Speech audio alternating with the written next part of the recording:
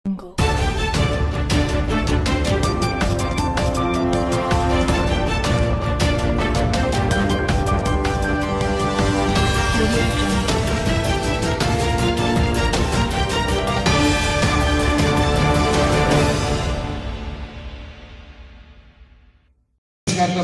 కూడా భాగస్వామిని అవుతాను. నా వంతుగా ఏదైనా అవసరమైన ఎక్కడైనా ఎంపీ ఫండ్స్ నుంచి ఏదైనా అవసరమైన నిధులు కావాలంటే కూడాను తప్పనిసరిగా నిధులు ఇచ్చి నా ఫండ్స్ కూడా ఇచ్చి మీ సమస్యలు పరిష్కారం చేసే దాంట్లో నేను కూడా భాగస్వామిని అవుతానని చెప్పి తెలియజేయడమే కాకుండా ప్రతి వ్యక్తి కూడా ఇవాళ రాజకీయపరమైన ప్రాధాన్యత కోరుకుంటున్నారు.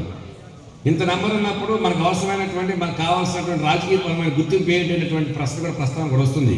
రానున్న రోజుల్లో జరిగేటటువంటి అంశాల్లో తీసుకునే నిర్ణయాల్లో తప్పనిసరిగా ఇక్కడున్న సామాజిక వర్గ జనాభా పరిస్థితులు దృష్టిలో పెట్టుకుని స్థానికమైన సమస్యలు పరిగణలోకి తీసుకుని మీకు కూడా రాజకీయపరమైనటువంటి గుర్తింపునిచ్చే దాంట్లో నేను కూడా ముందంజలో ఉంటాను. ఎందుకంటే ఇంత నంబర్ ఉన్నప్పుడు నాయకత్వాన్ని బలపరచుకోవాల్సిన అవసరం ఉంది. నాయకత్వం ఉన్న లక్షణాలు ఉన్నటువంటి యువత చాలామంది ఉన్నారు. వాళ్ళందరినీ మెరుగులోకి తీసుకొచ్చి ఒక బలమైన నాయకత్వం తయారు చేసుకునే దాంట్లో మీకు కూడా గుర్తింపు తీసుకొచ్చే దాంట్లో నా వంతు సహాయ సహకారం నేను అందిస్తానని చెప్పి ఈ సందర్భంగా మీకు తెలియజేస్తూ ఎక్కడా కూడా ప్యాకేజ్ స్టార్స్తో కానీ ప్యాకేజ్ విషయాలు కానీ కలబలి మాటలు నమ్మబాకండి. మరలా జగన్మోహన్ రెడ్డి గారు ముఖ్యమంత్రి అవుతారంటే దానిలో ఆయన లక్ష్యం ఏదైతే ఉందో 175 స్థానం సాధించాలని ఆ 175 అవనిగడ్డ అలాగే మచిలీపట్నం పార్లమెంట్ సభ్యులుగా డాక్టర్ చంద్రశేఖర్ గారు ఇద్దరు కూడా భాగస్వాములు చేసే దాంట్లో సామాజిక వర్గ పరంగా మన యొక్క కాంట్రిబ్యూషన్ మన యొక్క సహకారం తప్పనిసరిగా మీరు ఇవ్వాల్సిన అవసరం ఉంది. తద్వారా మీకు అండగా మేము ఉంటామని చెప్పి తెలియజేస్తూ నాకు అవకాశం ఇచ్చిన పెద్దలకు ధన్యవాదాలు తెలియజేస్తూ స్వాగతిస్తున్నాను. పోయినసారి ఎన్నికల్లో ఇవాళ నాకు వాట్సాప్లో పెట్టారు.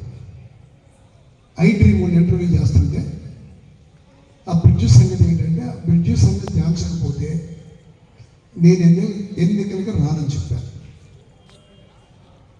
తెలిసిన తర్వాత ఆ బ్రిడ్జ్ ఆన్సకపోతే నేను ఎన్నికలు రానని చెప్పాను. దానికి ముందు కూడా అదే మాట చెప్పాను. అప్పుడు ఇంకొక మాట కూడా అడిగాను, ఆ ఫారెస్ట్ భూముల్ని తిరిగి పెంచుతున్నారు. అదైతే నేను ఛాన్స్ లేదు, అది చాలా పెద్ద సమస్య. మన మోపిదేవి వెంకటరమణ గారితో అందరితో మాట్లాడి దాని మీద ఒక నిర్ణయానికి రావాలి. నాకు అంత పెద్ద ఆలోచన లేదు, కానీ ఆ బ్రిడ్జ్ చేస్తాం తప్పుకోకుండా నాకు ఓటింగ్ నేను అడిగా. అదే ఇంటర్వ్యూలో ఆ బ్రిడ్జ్ ఛాన్స్ పోతే ఓటు రానని చెప్పాను. 2 సంవత్సరాలు కరోనా పోయింది. రాష్ట్రం ఆర్థిక పరిస్థితిలో ఉంది. భారతదేశం మొత్తం అల్లకల్లోమైపోయింది, ప్రపంచం అల్లకల్లోమైంది. ఆంధ్ర రాష్ట్రం మాత్రం జగన్ గారి ఆలోచన మూలంగా ఎక్కడ వాళ్ళకుండ కుంటో సెంటో మెళ్ళో నగలో కాళ్ళ పట్టాలో అమ్ముకోకుండా ఈ రాష్ట్రంలో చాలా జాగ్రత్తగా అవసరం లేదు నాకు. మీరందరూ విఘ్నులు, తెలివిగలవాళ్ళు. తర్వాత అందులోనూ మా సీనియర్ నేత జగన్మోహన్ రెడ్డి గారికి ముఖ్యుడు. ఈయన మీకు చాలాసార్లు చెప్పే ఉంటారు మోపిదేవి వెంకటరమణ గారు. కాబట్టి ఈసారి మీరు జగన్మోహన్ రెడ్డి గారిని మమ్మల్ని దీవించాల్సిందిగా కోరుతున్నానండి. నమస్తే. రమేష్ గారు వచ్చిన 5 ఏళ్లలో 2 సంవత్సరాలు కరోనా పోతే ఈ 3 ఏళ్లలోనే 5,000 ఎకరాలు సాగు తెరిచారే. చిలకలపూడి ఘంటసాల గ్రామంలో 500 ఎకరాలు ప్రతి సంవత్సరం పొట్టదశలో తగ్గిస్తుంటే నాగిరెడ్డి గారు రమేష్ గారు మేము వెళ్ళి చూసేవాళ్ళం, పోరాటం చేసేవాళ్ళం. దానికి ఎలా తీర్చాలని రమేష్ గారు గెలిచిన వెంటనే ఈ 5 ఏళ్ల పాటు ఊరి పేరు కూడా చెప్తున్నా, మీరు కనుక్కోవచ్చు. ఘంటసాల మండలం చిలకలపూడి గ్రామం ఈ 5 ఏళ్ల పాటు 500 ఎకరాల వ్యవసాయం సాగు చేసుకోగలిగాం. రమేష్ గారు కొత్తగా చెరువులు ఇచ్చాడా, కాలువలు ఇచ్చాడా, ఏమి చేయాల. మేనేజ్మెంట్ అధికారులతో సమన్వయం చేయటం, నీళ్లు పెట్టించడం, అది ఒకటే కాదు. గతంలో 10 ట్యాంకర్లు పెట్టి నీళ్లు తోలుతా ఉండి ఇప్పుడు లేవే.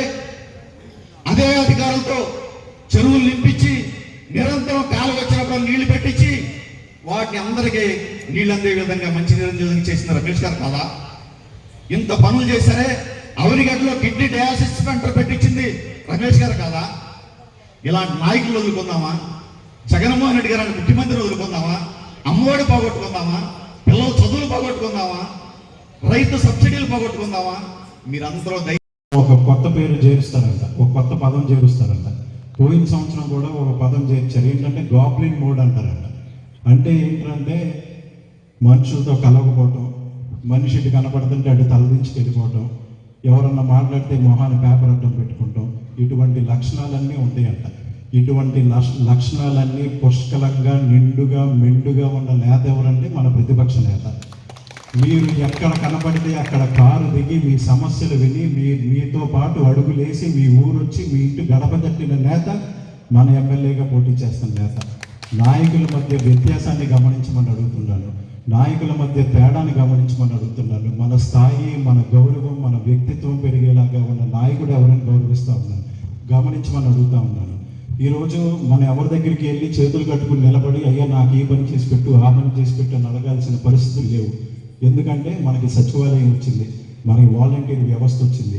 ఏ పని కావాలన్నా వాళ్ళతో చెప్తే ఒక మాటలో పని అయిపోయేటట్టుగా ఈరోజు జగన్మోహన్ రెడ్డి గారు పనిచేస్తున్నారు. మళ్ళీ ఇవన్నీ పోయి ఆ నాయకుల చుట్టూ తిరగాలంటే ఎంత ఇబ్బంది పడాలో మీరు ఒకసారి ఆలోచించండి. మన వరకే తీసుకుంటే గతంలో మన నియోజకవర్గంలో నావ డబ్బులు కానీ, వేట నిషేధం టైంలో కానీ, ఆయిల్ సబ్సిడీలు కానీ ఎంతమందికి వచ్చాయి? ఎవరన్నా ఒక ముఖ్య నేత ఉంటే ఆయనకి నచ్చిన వాళ్ళకి 10 మందికి రాసుకునేవాడు, అందరితో క్లోజ్, ఇంకెవరికి వచ్చేది లేదు. కానీ ఈరోజు జిల్లాలోనే అవినిగడ్డ నియోజకవర్గంలోనే అత్యధికంగా మత్స్యకార భరోసా కానీ ఏ విషయంలో అయినా సరే ముందుంటుంది మన నియోజకవర్గమే. దానికి కారణం మన ముఖ్యమంత్రి, మన ఎమ్మెల్యే గారు. ఖచ్చితంగా అటువంటి నాయకుల్ని మీరందరూ ఆశీర్వదిస్తారని కోరుకుంటున్నాను. మనసున్న నేత తరపున, మీ కష్టాలు మీ నష్టాలు తెలిసిన నాయకుడి తరపున, వాటి పట్ల శ్రద్ధగా పనిచేసే నాయకుల తరపున మీరు అందరూ నిలబడాలని చెప్పి, తప్పకుండా ప్రతి నియోజకవర్గంలోనూ ఎన్నో కొన్ని కష్టాలు ఇబ్బందులు ఉంటాయి, మన నియోజకవర్గంలోనూ ఉన్నాయి. అవన్నీ కూడా తెలిసిన మనిషి మన ముఖ్యమంత్రి గారిని తీసుకొచ్చి కూడా వాటి పట్ల మనకి ఖచ్చితంగా